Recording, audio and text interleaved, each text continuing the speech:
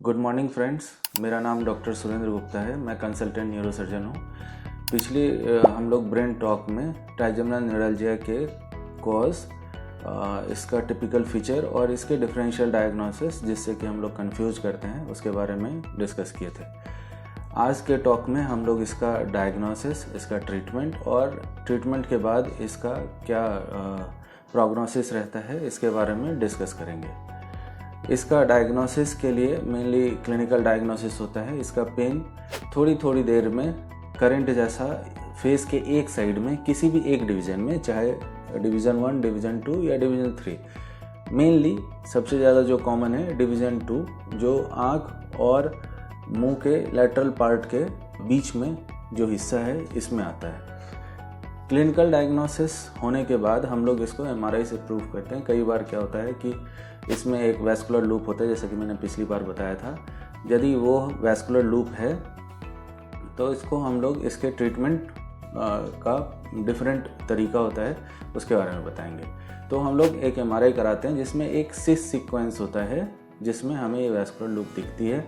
कई बार vascular loop नहीं हो, कोई ट्यूमर होता है जो कि इरिटेटिंग ट्यूमर हो, छोटा सा ट्यूमर हो, या फिर इन्फेक्शन हो उस जगह पे, या फिर कोई ट्रॉमेटिक इंजरी या किसी भी तरह से इंजरी हो जाए ट्राइजेमिनल नर्व के अलोंग, तो उसमें हमें एमआरआई में क्लियर दिखता है।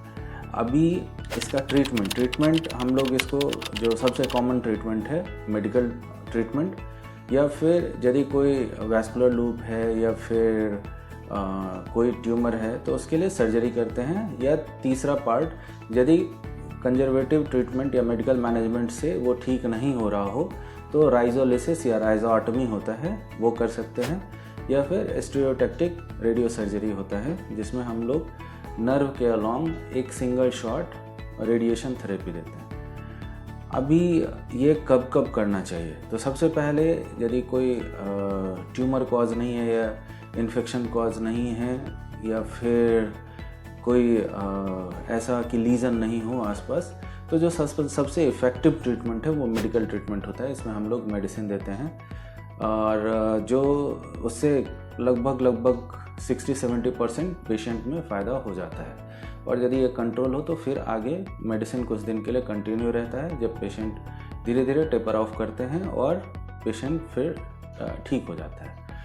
जनरली ये रिकर नहीं करता है, लेकिन रिकर होने के बाद फिर से ट्रीटमेंट देते हैं और फिर से कुछ दिन के बाद फिर से ये, यदि वैस्कुलर लूप है या फिर कोई लीजन है तो उसके लिए हमें सर्जरी ही करना चाहिए। और यदि वैस्कुलर लूप है तो सबसे बेस्ट ट्रीटमेंट होता है माइक्रोवैस्कुलर डिकम्प्रेशन, MVD जिसको शॉर्ट फॉर्म में कहते हैं। ये ट्रीटमेंट करने के बाद जनरली पेशेंट 90-95% तक रिकवर कर जाता है। ट्रीटमेंट से जो मेडिकल मैनेजमेंट चल रहा होता है वो जल्दी से टेपर ऑफ हो जाता है और उसको फिर दवाई नहीं लेना पड़ता। इसमें रिकरेंस रेट भी बहुत कम है, रिकरेंस होने के चांसेस 2-3%, 5% तक है।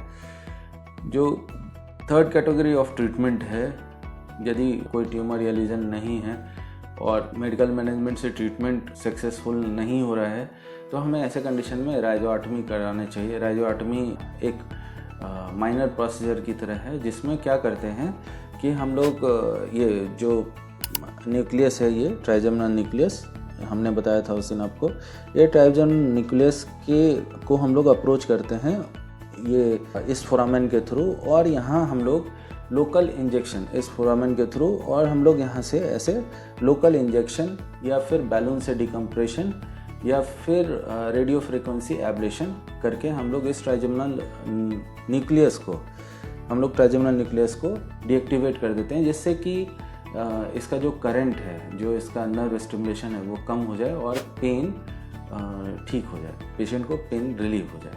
यही इसका ट्रीटमेंट है।